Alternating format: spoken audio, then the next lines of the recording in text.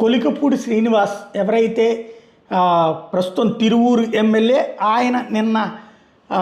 తను ప్రోటోకాల్ ప్రకారం ఆలయానికి సంబంధించినటువంటి పట్టు వస్త్రాలు నేను సమర్పించాలి, కానీ అటు పక్కన ఎంపీని సమర్పిస్తున్నారంటూ ఆ ఎంపీని ఆ పట్టు వస్త్రాలు ఇచ్చేయమని అడగటం, ఎంపీ ఆ పట్టు వస్త్రాలు ఇచ్చి అవతలకు వెళ్ళడం, ఆ తర్వాత అది లాక్కోవడానికి తెలుగుదేశానికి సంబంధించిన మండల నేతలు ప్రయత్నించడం, దాని మీదన